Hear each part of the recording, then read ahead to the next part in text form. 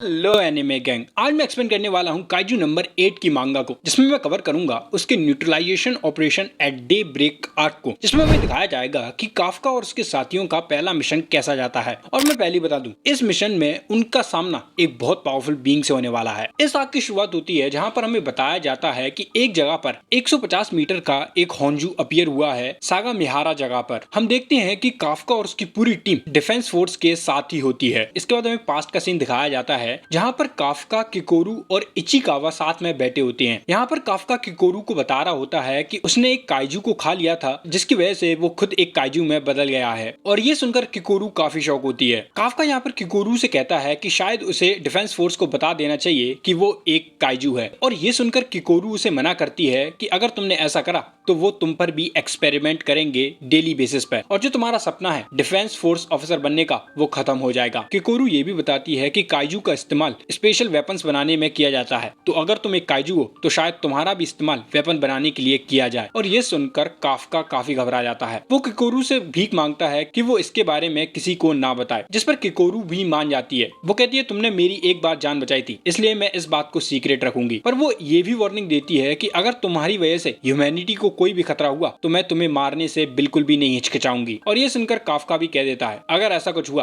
तो तुम मुझे मार देना। इसके बाद सीन प्रेजेंट में आता है जहाँ पर काफका को ज्यादा खाने की वजह से उल्टी होने लगती है। इसके बाद ये लोग उस जगह पर पहुंच जाते हैं जहाँ पर वो होंजू अपीयर हुआ था। हम देखते हैं कि ये होंजू काफी बड़ा होता है। इसके बाद हमें वाइस कैप्टन होशिना को दिखाया जाता है जो कि सभी टुकड़ियों को ऑर्डर देता है। यहाँ पर टोटल 3 टुकड़ियां होती हैं, एक होशिना की टीम, दूसरी इकारुगा की टीम और तीसरी नाकानोशिमा की टीम। होशिना की टीम में किकोरू और काफका होते हैं, इकारुगा की टीम में इचिकावा और इहारू होते हैं और नाकानोशिमा की टीम में ओई और इजुमो होते हैं। होशिना इन सबको बताता है कि कैप्टन नीना होंजू को डिस्पोज करने जा रही है और हम सबको जितने भी यहाँ पर योजू स्पॉन्ड हुए हैं उन सबको मारना है। अगर ये लोग बेस से बाहर चले गए तो ये प्रॉपर्टी को काफी नुकसान पहुंचा सकते हैं। होशिना इन सबको बताता है कि तुम्हें इन लोगों को कम प्रॉपर्टी को डैमेज करते हुए मारना है। अगर तुमने ऐसा कर दिया तो ये हमारे लिए काफी अच्छी बात होगी। इसके बाद वो उन सबको ऑर्डर देता है इन योजू को खत्म करने के लिए, और जैसे ही ऑर्डर मिलता है ये सब लोग उन योजू को मारने के लिए निकल जाते हैं। इसके बाद एक योजू किकोरू और काफका के सामने आ जाता है और हम देखते हैं कि ये योजू भी काफी बड़ा होता है। काफका इस टाइम पर काफी मोटिवेटेड था। वो अपने सूट की पावर को अनलीश करता है, बट इसका कोई फायदा नहीं होता। वो योजू उसे आसानी से पटक कर पीछे फेंक देता है। इकारुगा किकोरू और काफका को समझाता है कि तुम लोगों को संभल कर इससे लड़ना होगा, क्योंकि हमें अभी इसके वीक स्पॉट के बारे में नहीं मालूम है। बट किकोरू बड़े ही तेजी से उस योजू को खत्म कर देती है, और ये देखकर इकारुगा काफी शॉक होता है। वो सोचता है कि फोर्स में आए उसे सिर्फ 2 महीने हुए हैं और उसके शॉट्स इतने ज्यादा पावरफुल हैं। और फिर वो समझ जाता है कि किकोरू कोई आम सोल्जर नहीं है। इसके बाद सीन इहारू पर जाता है जहाँ पर इकारुगा उसकी मदद करता है एक योजू को खत्म करने के लिए, और उसे खत्म करने के बाद वो काफी खुश होकर इचिकावा को जैसे ही कहने जाता है कि मैंने एक योजू को मार दिया है, कि तभी वो देखता है कि इचिकावा ने खुद की दम पर एक योजू को खत्म कर दिया है। और ये देखकर इहारू काफी शौक होता है। इचिकावा बताता है कि उसने इस योजू को पहले स्लो कर दिया था और फिर उसके बाद उसे खत्म कर दिया। इचिकावा सोचता है कि मुझे स्ट्रॉन्ग बनना होगा। मैं प्रॉमिस करता हूँ सर, मैं इतना स्ट्रॉन्ग बनूंगा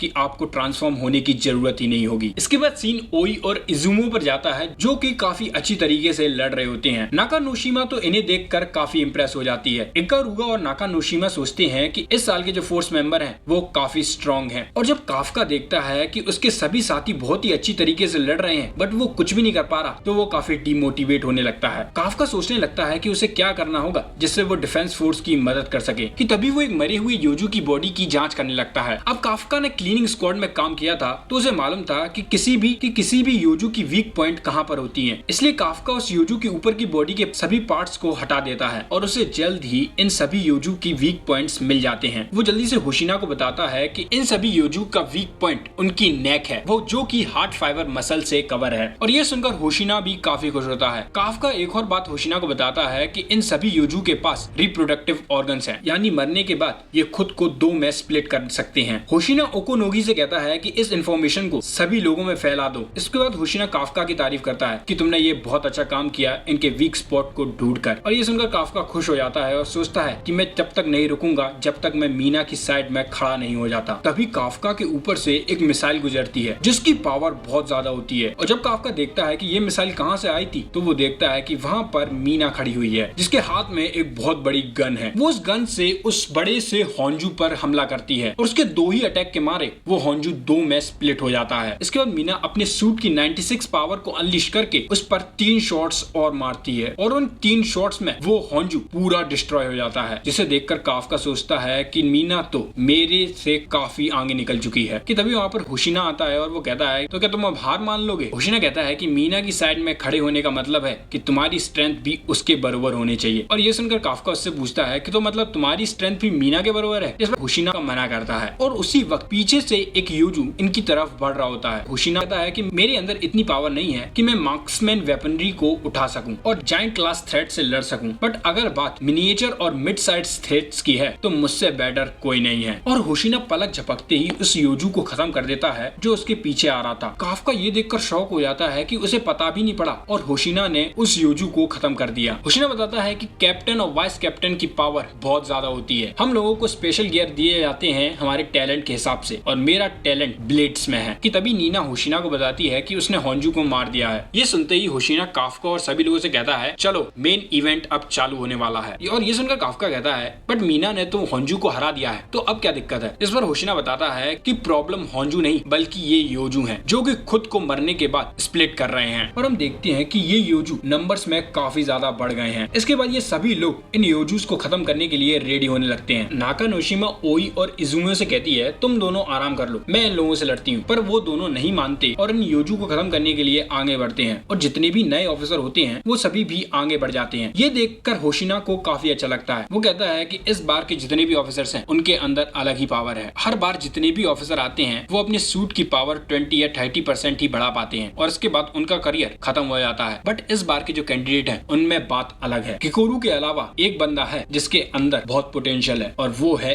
इचिकावा। और जब ये बात इहारू सुनता है तो उसे इचिकावा से जलन होने लगती है। इचिकावा इहारू से कहता है हमें फ्रंट लाइन पे जाना होगा और इन योजू को खत्म करना होगा, चलो यहाँ से चलते हैं। कि तभी वहाँ पर उन्हें एक बंदा दिखाई देता है जो कि कह रहा होता है कि मैंने इनके अंदर रिप्रोडक्टिव ऑर्गन डाले थे बट ये डिस्ट्रॉय हो गया है। आखिर इन लोगों को इनके बारे में पता कैसे चला? जरूर यहाँ पर कोई बंदा है जो इन सब के बारे में जानता है। और जैसे ही वो बंदा इचिकावा और इहारू की तरफ देखता है, इचिकावा उसे देखकर कहता है कि क्लीनिंग स्क्वाड का बंदा यहाँ पर क्या कर रहा है? इधर में दिखाया जाता है कि क्लीनिंग स्क्वाड यहाँ पर आ गई होती है क्योंकि ऑफ कोर्स इतने बड़े होंजू को साफ भी तो करना पड़ेगा। इसके बाद हमें उसी स्ट्रेंज बंदे को दिखाया जाता है जो कि काफी अजीब बातें कर रहा होता है इचिकावा और इहारू के सामने। इहारू उस बंदे से कहता है कि यहाँ पर खतरा है, तुम्हें यहाँ से चले जाना चाहिए। बट वो बंदा इहारू पर एक जोरदार हमला करता है जिससे उसका सूट तो फट ही जाता है, साथ में उसकी बॉडी के अंदर एक बहुत बड़ा होल हो जाता है। वो बंदा कहता है ओह मैंने तुम्हारे हर्ट को मिस कर दिया, मेरी एक्यूरेसी इस फॉर्म में काफी घटिया है। इचिकावा इहारू को संभालता है और उसे कहता है कि अपने सूट का इस्तेमाल करो अपने जख्म को ठीक करने के लिए। इचिकावा समझ जाता है कि ये बंदा भी एक ह्यूमनॉइड काइजू है काफका की तरह और हम देखते हैं कि वो बंदा अपनी काइजू वाली फॉर्म में आ जाता है और ये दिखने में काफी खतरनाक लग रहा था। इचिकावा भी इस काइजू को देखकर समझ जाता है कि ये काइजू वही है जो कि टेस्टिंग ग्राउंड पर आया था उस दिन। इहारू और इचिकावा सोचते हैं कि इसने किकोरू को हराया था, इसका मतलब ये बहुत ताकतवर है। ये काइजू सोचता है कि शायद उसे इन ऑफिसर में से किसी एक ऑफिसर को अपने साथ सैंपल के रूप में ले जाना चाहिए। इचिकावा जल्दी से इकारुगा से कांटेक्ट करने की कोशिश करता है बट इस काइजू ने पूरे एरिया में सिग्नल जैम कर रखा था और उसके बाद वो काइजू इचिकावा पर हमला कर देता है। वो अपनी फिंगर से किसी चीज को इचिकावा की तरफ फेंक कर मारता है और जो ये चीज थी वो बुलेट की स्पीड से भी ज्यादा तेज थी। वो लगातार इचिकावा पर हमला करता रहता है। इचिकावा काफी कोशिश करता है कि वो उसके अटैक्स को डॉज कर सके बट इसका कोई फायदा नहीं था। इचिकावा को भी महसूस हो जाता है कि जो इसका सूट है वो इसके अटैक के सामने कुछ नहीं है। बट इचिकावा नोटिस करता है कि वो उसके शॉट्स की डायरेक्शन को देख सकता है और फिर वो उस टाइम को याद करता है जब किकोरू ने उसे इसी काइजू के बारे में बताया था। किकोरू ने बताया था कि वो काइजू अपनी फिंगर से हमला करता है, तो अगर तुम उसकी फिंगर पर नजर रखोगे तो तुम्हें पता चल जाएगा कि उसका अटैक किस डायरेक्शन में आने वाला है। और इचिकावा यही करता है, वो उसकी फिंगर को लास्ट मोमेंट तक देखता रहता है और जैसे ही वो हमला करता है वो उस जगह से हट जाता है और वो फाइनली उसके अटैक को डॉज कर देता है। ये देखकर वो काइजू भी थोड़ा शॉक होता है और फाइनली इचिकावा एक अटैक उस पर लैंड करने में सक्सेसफुल हो जाता है बट इसका कोई फायदा नहीं था। इचिकावा इहारू से कहता है कि तुम यहाँ से भाग जाओ और जल्दी से फोर्स को इसके बारे में बताओ बट ऑफ कोर्स इहारू नहीं मानता। बट उसी वक्त वो काइजू इहारू पर हमला कर देता है। इचिकावा सही टाइम पर आकर इहारू को बचा लेता है। इचिकावा इहारू को समझाता है कि अगर तुम यहाँ से नहीं गए तो ये काफी लोगों को खत्म कर सकता है और इहारू भी इचिकावा की बात मानकर यहाँ से भाग जाता है। इचिकावा सोचता है कि मुझे ऐसा ऑफिसर बनना है जो खुद की जिंदगी को दांव पर लगाकर दूसरे को बचाए। इचिकावा सोचता है कि इसने किकोरू को हराया था तो मेरा तो इसके सामने कोई चांस नहीं है बट मुझे कुछ टाइम टाइम इकट्ठा करना होगा ताकि इहारू यहाँ से भाग सके। इसके बाद ये काइजू और इचिकावा लड़ने लगते हैं। इचिकावा बहुत ही तेजी से इस काइजू की तरफ बढ़ता है, उसके अटैक को डॉज करते हुए। इधर इहारू जब भाग रहा होता है तभी एक जगह पर जाकर उसके सामने एक ब्लास्ट हो जाता है जिससे वो वहीं गिर जाता है और तभी वो सोचता है कि उसे ऐसे भागना नहीं चाहिए। और जब वो सोचता है कि उसे तो सबसे पावरफुल बनना था तो वो वापस इचिकावा की तरफ आने लगता है। इधर वो काइजू इचिकावा को खत्म करने ही वाला था कि तभी वहां पर सही टाइम पर इहारू आ जाता है जो उसे बचा लेता है। बट उसे बचाते हुए इहारू को काफी चोट लग जाती है। वो काइजू इहारू को यहाँ पर देखकर कहता है कि तुम यहाँ पर क्या कर रहे हो। और फिर हमें यहाँ पर पता चलता है कि इस काइजू ने आसपास के एरिया में एक ऐसी शील्ड बनाई है कि इसकी परमिशन के बिना कोई भी यहाँ से ना ही बाहर जा सकता है ना ही इनकी तरफ आ सकता है। और ये सुनकर ये दोनों समझ जाते हैं कि अगर इनको यहाँ से बाहर निकलना है तो इन दोनों को इसे खत्म करना होगा। इहारू इचिकावा से कहता है कि मैं एक ओपनिंग बनाऊंगा और तुम जल्दी से उसके पास में जाकर अपनी पूरी ताकत से हमला कर देना। इसके बाद इचिकावा उस काइजू की तरफ बढ़ता है और इहारू अपनी ही जगह से उस पर शूट करता है। वो उस पर एक कंडक्टर राउंड से हमला करता है। इसकी वजह से वो काइजू एक जगह पर कैद हो जाता है। भले ही वो काइजू कैद हो जाता है बट वो अभी भी हमला कर पा रहा था। वो अपनी उंगली से इहारू की तरफ हमला करता है और इस बार इहारू भी उसके अटैक को डॉज कर देता है और उसी टाइम पर इचिकावा काइजू के पास जाकर उस पर अपनी फुल पोटेंशियल से हमला कर देता है और ये हमला बहुत ताकतवर होता है। वहाँ पर कुछ सेकंड के लिए कुछ भी दिखाई नहीं देता बट जैसे ही रोशनी हटती है तो ये दोनों देखते हैं कि उस काइजू ने उन मरे हुए योजू की बॉडी से एक शील्ड बना ली थी जिसकी वजह से वो बच जाता है। और जब वो उन मरे हुए योजू की बॉडी से बाहर निकलता है तो वो अलग ही फॉर्म में आ गया था और उसके बाद वो इचिकावा पर बहुत बुरा हमला कर देता है। इधर बाकी लोगों को पता चलता है कि इचिकावा और इहारू कहीं भी दिखाई नहीं दे रहे हैं और उनका सिग्नल भी उन लोगों से टूट गया है, ना ही उनकी सूट्स की रीडिंग आ रही है। किकोरू को कुछ अजीब ही फीलिंग आती है जिससे काफका और किकोरू दोनों समझ जाते हैं यहाँ पर वही काइजू आ चुका है जो उन्हें टेस्टिंग ग्राउंड पर मिला था। इधर इचिकावा की हालत बहुत बुरी हो चुकी थी, उसकी बॉडी से बहुत खून बह रहा था बट अभी भी उसने हार नहीं मानी थी। वो खड़े होने की कोशिश करता है बट इसका कोई फायदा नहीं था, वो खड़ा नहीं हो पा रहा था। वो काइजू इचिकावा की तरफ आगे बढ़ता है। इहारू बहुत कोशिश करता है कि वो इचिकावा की मदद कर सके बट इसका कोई फायदा नहीं था। वो काइजू इहारू के सभी अटैक्स को डॉज कर देता है और उसके बाद उस पर भी एक हमला करके उसे भी दूर फेंक देता है। इचिकावा जैसे ही खड़े होने की कोशिश करता है वो काइजू उस पर लगातार हमला करता जाता है और इहारू को ये देखकर काफी गुस्सा आता है। वो सोचता है कि मैं अपने दोस्त को ही नहीं बचा पा रहा हूँ। इहारू अपनी पूरी ताकत लगाकर एक गन को उठाकर उस काइजू पर हमला करने जाता है बट वो काइजू बड़े ही तेजी में इहारू की उंगली को ही तोड़ देता है। उसके बाद वो कहता है कि मैंने एक को डाउन कर दिया है, मुझे तुम्हारी कोई जरूरत नहीं है। और वो जैसे ही इहारू को खत्म करने वाला होता है उसी वक्त वहाँ पर काफका अपने काइजू फॉर्म में आ जाता है और वो आते ही इतनी बुरी तरीके से उस काइजू में मुक्का देकर मारता है कि उसका सिर उसकी बॉडी से अलग हो जाता है। इसके बाद वो इचिकावा को उठाकर यहाँ से जाने लगता है। इचिकावा सोचता है कि मैं तो सोच रहा था कि मैं इतना स्ट्रॉन्ग बनूंगा कि सर को कभी काइजू में बदलना ही नहीं पड़ेगा बट अब मेरी ही वजह से वो काइजू में बदल गए हैं। इहारू तो काफका को देखकर शॉक हो जाता है। वो सोचता है कि ये एक और ह्यूमनॉइड काइजू कहाँ से आ गया कि तभी वहाँ पर जो दूसरा काइजू होता है वो खुद को रिकवर कर लेता है और काफका से कहता है तो तुम हो काइजू नंबर 8। काफका इचिकावा को नीचे रखता है और कहता है तुम चिंता मत करो, तुम अपनी सूट फंक्शन का इस्तेमाल करो अपने घाव को भरने के लिए, तब तक मैं इसे खत्म करता हूँ। इचिकावा काफका को समझाता है कि भले ही तुम काफी स्ट्रॉन्ग हो बट ये बंदा कुछ अलग ही है। वो दूसरा काइजू कहता है कि मुझे तुम्हारी लाश चाहिए मेरे लिए और उसके बाद वो काफका पर हमला कर देता है और उसके अटैक से काफका को चोट भी लग जाती है। बट जब वो काइजू देखता है कि काफका अपनी जगह से हिला भी नहीं है तो वो समझ जाता है कि काफका में काफी दम है, इसलिए वो अपनी फॉर्म को अपग्रेड करने लगता है बट इससे काफका को कुछ फर्क नहीं पड़ता। वो काइजू जैसे ही काफका पर बहुत सारे हमला करता है काफका अपनी स्क्रीम से ही उसके सभी अटैक्स को डॉज कर देता है और ये देखकर वो काइजू काफी शॉक होता है और उसके अगले ही पल काफका उसके पास आकर उसमें दे दनादन मुक्के देना चालू कर देता है। वो काइजू समझ जाता है कि काफका से लड़ना इतना आसान नहीं होगा, इसलिए वो फिर से उन मरे हुए योजू की बॉडी से शील्ड बनाने लगता है बट काफका उस शील्ड को भी पल भर में तोड़ के उसे फिर से बुरी तरीके से पीटने लगता है। वो काइजू नोटिस करता है कि जो उसे डैमेज हो रहा है वो काफी अनयूजुअल है और उसे रिकवर करने में भी उसे काफी दिक्कत हो रही है। वो सोचता है कि उसे यहाँ से भागना होगा बट काफका उसे कोई भी मौका नहीं दे रहा था कि वो यहाँ से भाग सके। वो उस पर लगातार हमला करता जा रहा था और कुछ ही सेकंड में काफका उस काइजू की हालत अधमरी कर देता है और काफका को उस काइजू का कोर भी पता चल गया था जो कि उसकी रिप केज पर ही था। काफका उसे खत्म करने ही वाला था कि तभी यहाँ पर डिफेंस फोर्स के मेंबर आ जाते हैं जो कि काफका पर ही गन तान लेते हैं। इसके बाद हमें थोड़ी देर पहले का सीन दिखाया जाता है जहाँ पर जैसे ही काफका और किकोरू को पता चलता है कि टेस्टिंग ग्राउंड वाला काइजू यहाँ पर आ गया है तो वो समझ जाते हैं कि इहारू और इचिकावा खतरे में हैं। काफका अपनी काइजू वाली फॉर्म में आ जाता है और अपनी टेक्निक का इस्तेमाल करके पता कर लेता है कि वो काइजू कहाँ पर है और फिर वो किकोरू को यहाँ संभालने के लिए कह कर निकल जाता है। इधर इन सभी लोगों को भी खबर आ जाती है कि डिफेंस फोर्स ने काइजू नंबर 8 को देख लिया है और जैसे ही किकोरू ये सुनती है वो काफी डरने लगती है। काफका का ध्यान जैसे ही डिफेंस फोर्स के मेंबर्स की तरफ जाता है वो दूसरा काइजू उठकर वहाँ से भागने लगता है। वो काइजू कहता है कि मुझे तुम्हारी प्रोफाइल पता चल चुकी है, अगली बार जब हम मिलेंगे तो मैं तुम्हें मार दूंगा। काफका उसका जैसे ही पीछा करने जाता है वो काइजू उन दो डिफेंस मेंबर की तरफ हमला कर देता है, जिसकी वजह से काफका को उन दोनों मेंबर्स को बचाना पड़ता है और इसी का फायदा उठाकर वो काइजू यहाँ से भाग जाता है और काफका भी समझ जाता है कि उसे भी यहाँ से भागना होगा। वो वहाँ पर एक ब्लास्ट करके वहाँ से निकल जाता है और कुछ ही सेकंड में वहाँ पर और भी डिफेंस फोर्स के मेंबर आ जाते हैं जो इचिकावा और इहारू को डॉक्टर के पास ले जाने लगते हैं। काफका जल्दी से एक ऐसी जगह ढूंढने लगता है जहाँ पर वो अपनी ह्यूमन फॉर्म में आ सके, पर तभी वहाँ पर वाइस कैप्टन होशिना आ जाता है जो कहता है काइजू नंबर 8, आखिर मैंने तुम्हें ढूंढ ही लिया। और जैसे ही काफका होशिना को देखता है तो वो काफी शॉक हो जाता है। होशिना सभी लोगों को काफका की लोकेशन बता देता है और हमें यहाँ पर पता चलता है कि काइजू नंबर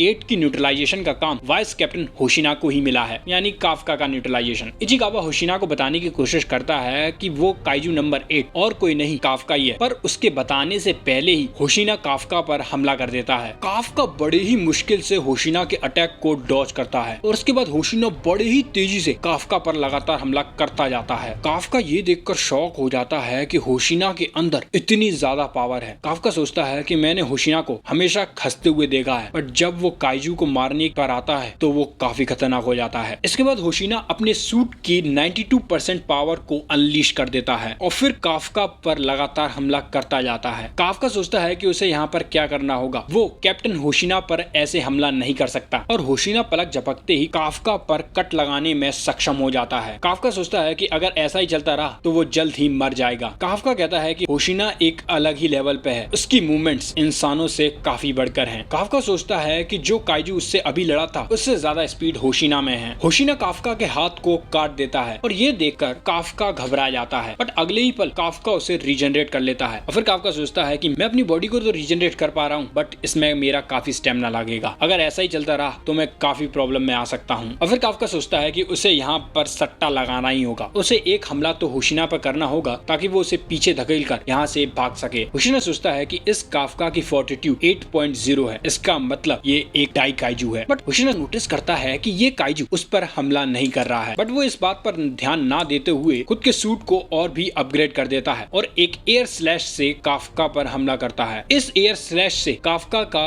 एक पैर कट जाता है, बट ऑफ कोर्स काफका उसे रीजनरेट कर लेता है। बट जैसे ही काफका का ध्यान उसकी रीजनरेशन पर गया था उसी वक्त होशिना उसके पास आ जाता है और उसके कोर पर हमला कर देता है। बट काफका भी काफी चालाक था, वो अपने दांतों की मदद से होशिना की ब्लेड को पकड़ लेता है और फिर काफका कहता था मैं जानता था तुम जैसे ही मेरे कोर को ढूंढ लोगे तुम वहीं पर हमला करोगे। और उसके बाद काफका अपने पंच से होशिना की तलवार को तोड़ देता है और वहाँ पर एक ब्लास्ट करके भाग जाता है और उसी वक्त वहाँ पर मीना आ जाती है, बट तब तक काफका वहाँ से भाग चुका था और थोड़ी देर बाद वहाँ पर सुबह भी हो जाती है। इधर किकोरू सोच रही होती है कि काफका काइजू नंबर 8 है, क्या मुझे उस पर ट्रस्ट भी करना चाहिए। कि तभी वहाँ पर काफका आ जाता है जो उसे पीछे से आवाज लगाता है। अब काफका काफी थक चुका होता है इसलिए वो थकान के मारे गिर जाता है। किकोरू उसे जल्दी से संभालती है। काफका किकोरू से माफी मांगता है कि वो काइजू उसके हाथों से छूट कर भाग गया, जिस पर किकोरू कहती है कि कोई बात नहीं, मैं उसे खुद मार दूंगी। इसके बाद काफका इचिकावा और इहारू को देखने के लिए जाने लगता है, बट यहाँ पर किकोरू उसे पकड़ लेती है और कहती है कि वो लोग ठीक हैं। उसके बाद किकोरू काफका को लेक्चर सुनाने लगती है कि तुम्हें खुद की पहले चिंता करनी चाहिए। इधर होशिना एक जगह पर बैठा होता है। मीना उससे आकर पूछती है कि क्या वो काइजू नंबर 8 स्ट्रॉन्ग था, जिस पर होशिना कहता है कि हाँ वो स्ट्रॉन्ग था, बट वो एक काइजू नहीं बल्कि वो एक डाई काइजू है। और हमें यहाँ पर पता चलता है कि 5 साल पहले फुकुओका में एक डाई काइजू देखा गया था। इसका मतलब डाई काइजू बहुत रेयर होते हैं। और फिर होशिना कहता है कि इस काइजू नंबर 8 ने अभी तक किसी को नहीं मारा है, ना ही इसने कोई ऐसा कदम उठाया है जिसकी वजह से लोगों को दिक्कत हो। और होशिना सोचता है कि वो काइजू मुझ पर अटैक भी नहीं कर रहा था। उससे लड़ते वक्त मुझे ऐसा फील ही नहीं हो रहा कि मैं एक काइजू से लड़ रहा हूँ, बल्कि मुझे तो लग रहा था कि मैं किसी इंसान से लड़ रहा हूँ। और मीना जब ये देखती है कि होशिना काइजू नंबर 8 की तरफ दयालु हो रहा है तो वो उसे कहती है कि अब इस केस को आगे से मैं देखूंगी, तुम आराम करो, भले ही वो काइजू कैसा भी हो, हर एक काइजू को न्यूट्रलाइज करना होगा। इधर इकारुगा होशिना को बताता है जिस काइजू ने इचिकावा और इहारू पर हमला किया था वो पहले एक ह्यूमन फॉर्म में था, उसके बाद वो काइजू में बदला। और ये सुनकर होशिना और सभी लोग काफी शौक हो जाते हैं। और इसके बाद उस ह्यूमनॉइड काइजू के बारे में न्यूज में भी बता दिया जाता है और उस काइजू का नाम काइजू नंबर 9 रखा जाता है। बट न्यूज वालों को ये नहीं बताया जाता कि वो काइजू ह्यूमन में भी बदल सकता है। इसके बाद होशिना क्लीनिंग स्क्वाड के पास जाता है ताकि वो उस काइजू के बारे में कुछ जानकारी इकट्ठा कर सके, क्योंकि वो काइजू इन्हीं के यहाँ काम करता था। इन लोगों को उस काइजू के बारे में ज्यादा डिटेल नहीं थी, बट उसकी एक फोटो और उसकी फैमिली के बारे में जानकारी थी। होशिना से ये लड़की पूछती है कि क्या ये सही है, हमें पब्लिक से ये जानकारी नहीं छुपानी चाहिए कि एक काइजू है जो कि ह्यूमंस में बदल सकता है। जिस पर होशिना कहता है कि हम इसमें कुछ नहीं कर सकते, ऊपर से ऑर्डर है कि हमें ये जानकारी छुपा के रखनी चाहिए। और ये बात सही भी है। अगर लोगों को पता चला कि एक काइजू है जो कि इंसानों में बदल सकता है तो लोग एक दूसरे पर ही शक करेंगे और इस वजह से वो एक दूसरे से ही लड़ना चालू कर देंगे। कुछ लोगों के पास मर्डर करने का ये बहाना हो जाएगा कि उन्हें लगा कि ये एक काइजू है। तो ये सही है कि हम इस इंफॉर्मेशन को दबा के रखें और हमें ये मेक श्योर करना होगा कि हम इस इंसान को जल्दी ढूंढ लें। इसके बाद हमें उसी काइजू को दिखाया जाता है जो कि अपनी ह्यूमन फॉर्म में आ चुका था, बट उसकी हालत बहुत खराब थी। वो सड़क के बीचों बीच खड़ा होता है, इसलिए एक आदमी उससे आकर कहता है कि तुम यहाँ से हट जाओ। ये काइजू उस इंसान को मारने ही वाला था, बट वो उसे नहीं मारता और सोचता है कि मुझे अभी ये सब नहीं करना चाहिए वरना मुझे पकड़ लिया जाएगा। वो वहां से जा ही रहा था कि तभी वो अपनी शक्ल पर नजर डालता है और सोचता है कि मुझे अपनी आइडेंटिटी को चेंज करना होगा और अपने फेस को भी। और उसके बाद वो उसी इंसान से अपनी आइडेंटिटी को चेंज कर लेता है जो उसे रास्ते में से हटने के लिए कह रहा था। उसे पता चलता है कि ये इंसान अकेला रहता है और ये काइजू रेडियो पे समझता है कि गवर्नमेंट ने इसे नाम काइजू नंबर 9 दिया है। और फिर ये काइजू नंबर 9 सोचता है कि आखिर ये काइजू नंबर 8 यानी काफका को कैसे मारेगा। इधर हॉस्पिटल में इचिकावा को भी होश आ जाता है। जब उसे होश आता है तो वो देखता है कि उसके पास काफका और किकोरू बैठे हुए हैं। इचिकावा काफका को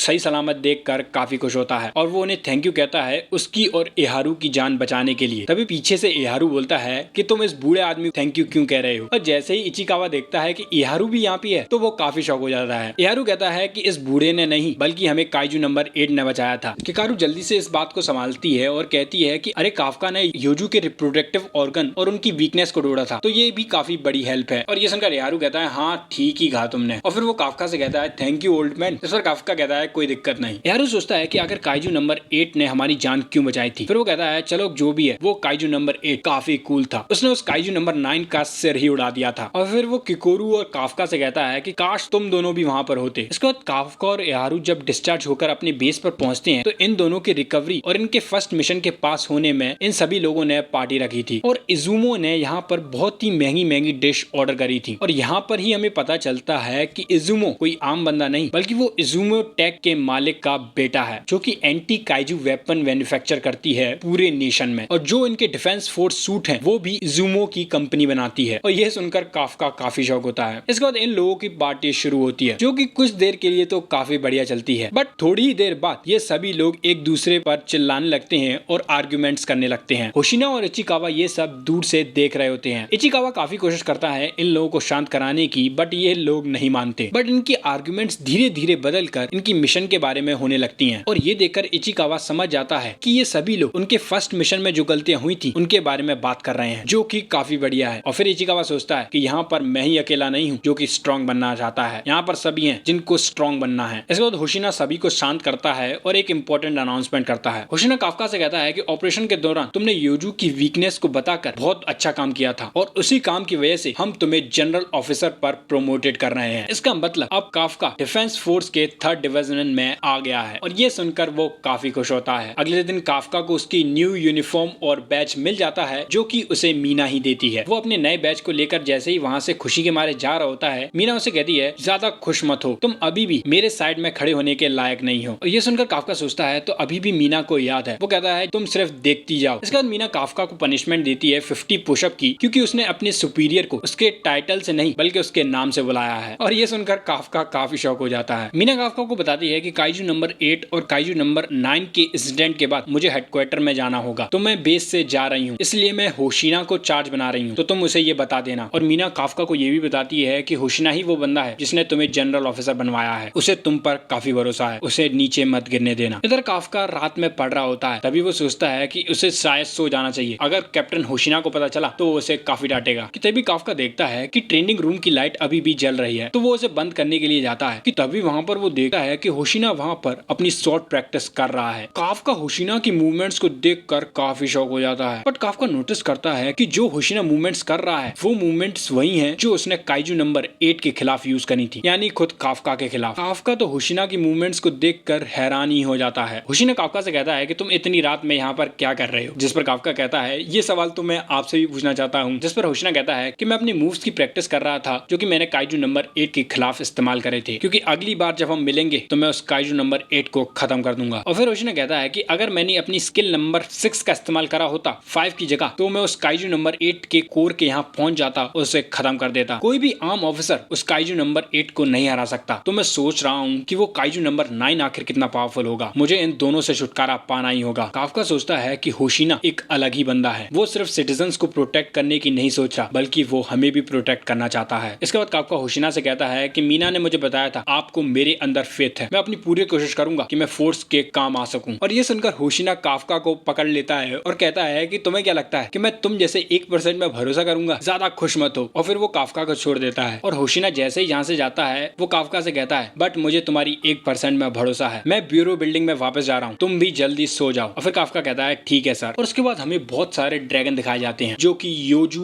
होंजू, काइजू, पता नहीं क्या है, शायद होंजू या फिर योजू होंगे, बट उनके ऊपर एक काइजू बैठा होता है जो कि काफका के बेस की तरफ ही आगे बढ़ रहा था। अब ये काइजू नंबर 9 है या कोई और, ये तुम्हें नेक्स्ट आर्क में पता चलेगा। और उसे मिस ना करने के लिए चैनल को सब्सक्राइब करना मत भूलना। कमेंट्स में बताना आपको ये आर्क कैसा लगा, और अगर आप चाहती हो कि मैं इसके आगे की भी आर्क एक्सप्लेन करूं तो मुझे बता देना। एक्सप्लेनेशन अच्छी लगी हो तो चैनल को सब्सक्राइब करना मत भूलना। मैं मिलता हूं आपसे नेक्स्ट एपिसोड में या कहीं नेक्स्ट आर्क में।